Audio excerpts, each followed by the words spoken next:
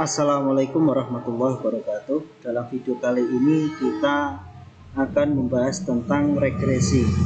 Jadi kalau di video yang lalu ada korelasi, nah di sini kita akan membahas tentang regresi. Tapi di sini kita akan tunjukkan hubungan antara korelasi dan regresi. Jadi korelasi itu tujuannya untuk melihat ada atau tidaknya hubungan antara kedua variabel.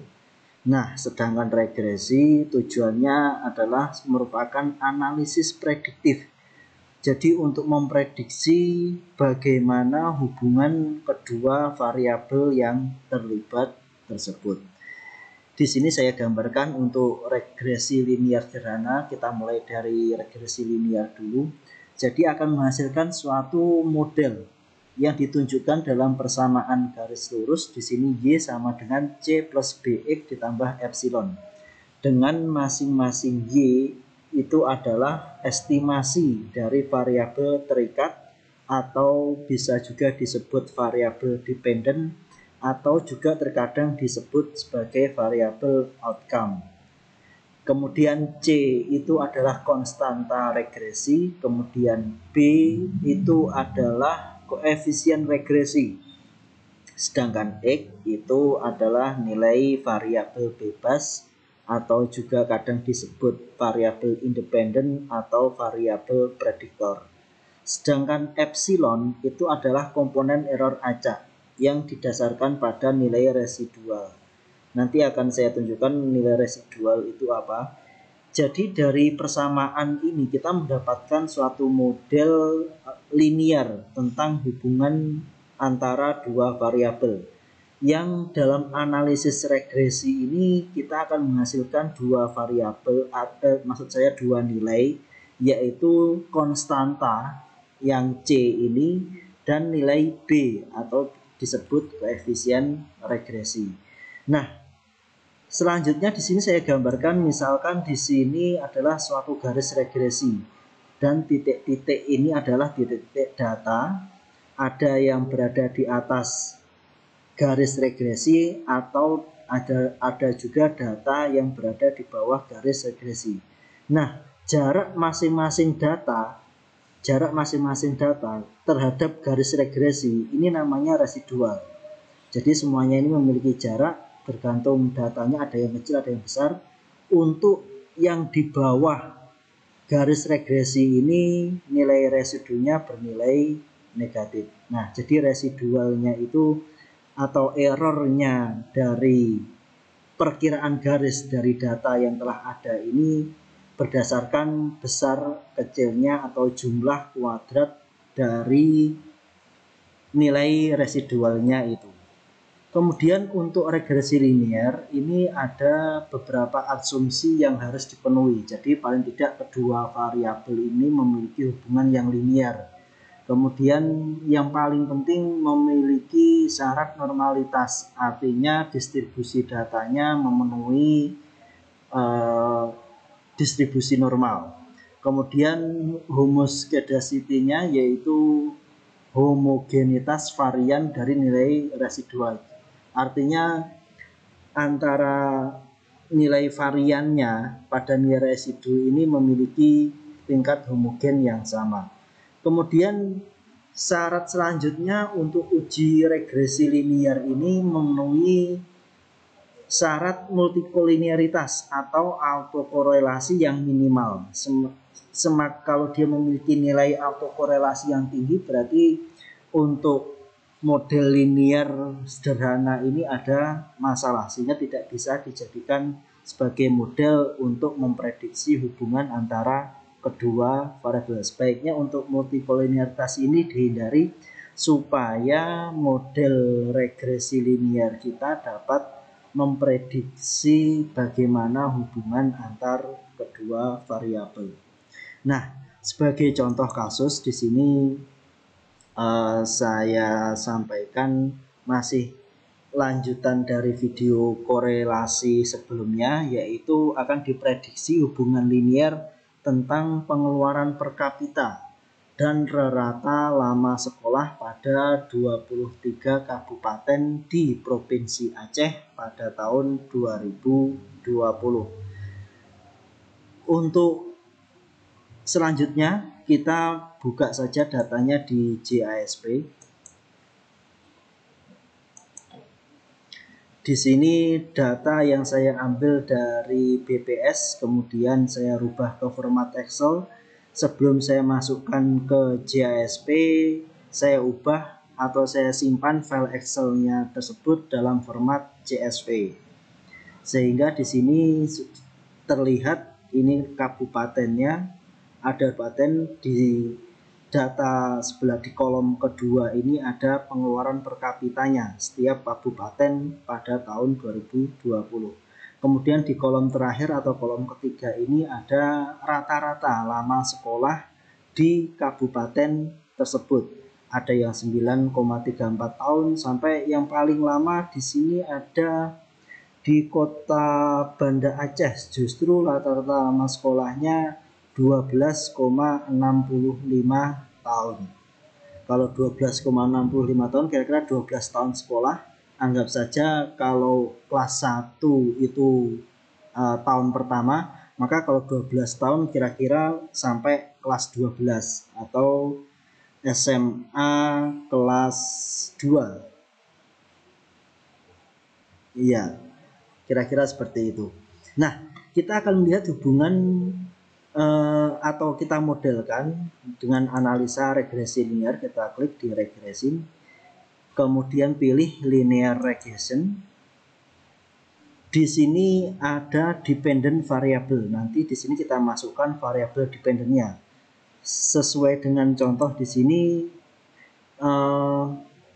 pendapatan per kapita mempengaruhi rata-rata lama sekolah. Jadi untuk variabel dependentnya kita pilih rata lama sekolah. Kemudian untuk variabel bebasnya di sini pengeluaran kita masukkan di sebelah sini, covariat ini.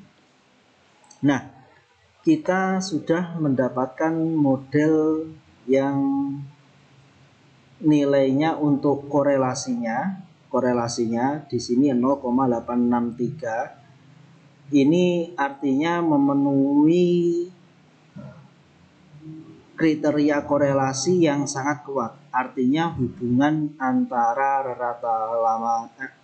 antara pengeluaran dan juga rata lama sekolah memiliki hubungan atau nilai koefisien korelasi sebesar 0,863. Sedangkan nilai R kuadrat ini adalah nilai koefisien determinasi yang merupakan kuadrat dari 0,863 ini, yang menunjukkan bahwasanya 0,745 atau 74% dari varian rata-rata lama sekolah itu dijelaskan oleh variabel pengeluaran. Sisanya yang sekitar 16%-nya bisa dipengaruhi oleh variabel yang lain. Nah, kemudian untuk nilai regresi kita lihat dulu. Di sini ada nilai F. F ini dengan nilai P yang sama dengan lebih kecil dari 0,01. Kalau nilai F-nya ini harusnya sekitar 0. Semakin kecil dia semakin bagus. Tapi kita lihat P-nya sangat kecil sekali, bisa dikatakan ini cukup signifikan. Sehingga bisa diartikan bahwasanya rata lama sekolah itu dipengaruhi oleh pengeluaran per kapitanya. Jadi seberapa besar pengeluaran yang dikeluarkan oleh orang atau satu keluarga itu akan mempengaruhi rata lama dari sekolah. Maka kita lihat modelnya dahulu. Di sini untuk residualnya kita cek pakai yang Durbin Watson. Ini kita lihat dulu di sini. Untuk autokorelasinya untuk H1 minus 0,119, sehingga bisa dipastikan di sini model yang kita miliki terbebas dari gejala autokorelasi. Artinya nilai Durbin-Watson ini berkisar antara minus 2 sampai plus 2. Nah, kita minus 0, sekian, sehingga masih dalam rentang kriteria terbebas dari gejala autokorelasi. Sehingga dalam model yang kita miliki, kita memiliki nilai ini namanya koefisien korelasi sebesar 4,834, sedangkan koefisien di pengeluaran sebesar 4,8 epsilon minus 4 atau 0,00048. Sehingga kalau kita gambarkan, kalau kita plot hubungan antara residualnya, di sini terlihat jumlah titik yang sama antara di atas garis ataupun di bawah garis, yang menunjukkan bahwa model kita memiliki asumsi humus atau memenuhi asumsi humus kedastisitas.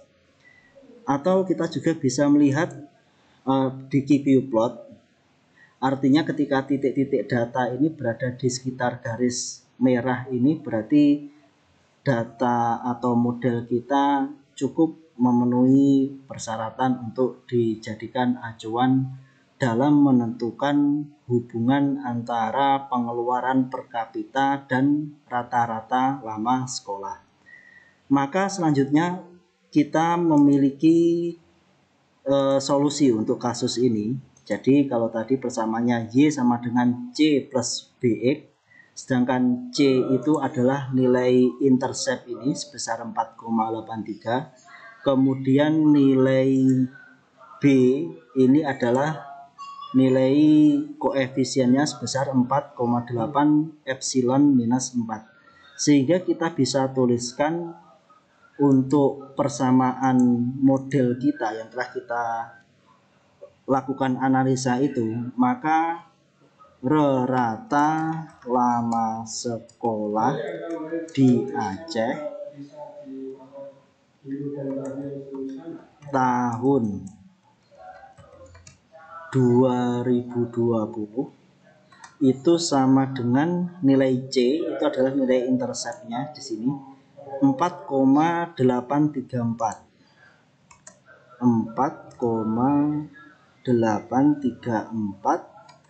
ditambah B-nya ini, B-nya 4,8 epsilon minus 4, berarti komanya maju 4,8 epsilon minus 4, berarti komanya maju 4. 1, ini ada 0, 2, 3, 4 ini. Oke. 1, 2, 3, 4. Oke, pas. Kemudian dikalikan dengan rata lama sekolah, berarti dikalikan dengan pendapatan per kapita, pengeluaran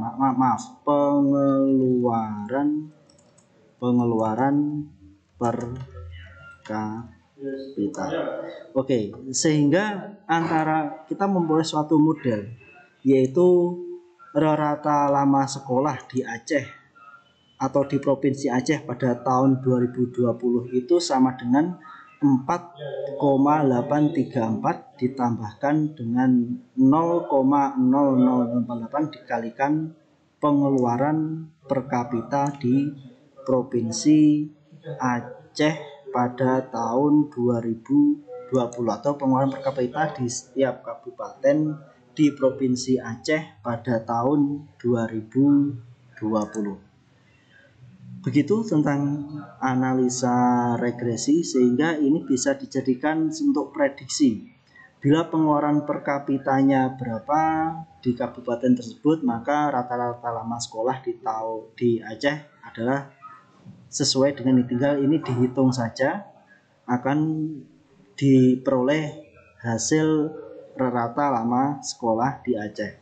Sehingga secara umum model ini bisa memprediksikan rata-rata lama sekolah di Aceh bila nilai pendapatan per kapitanya atau pengeluaran, maksud saya pengeluaran per kapitanya diketahui. Ketika kita mengetahui pengeluaran per kapita di setiap kabupaten di Provinsi Aceh dengan menggunakan persamaan ini, kita bisa memprediksikan rata-rata lama sekolah di Provinsi Aceh, terutama pada tahun 2020. Sekian video tentang regresi. Assalamualaikum warahmatullahi wabarakatuh.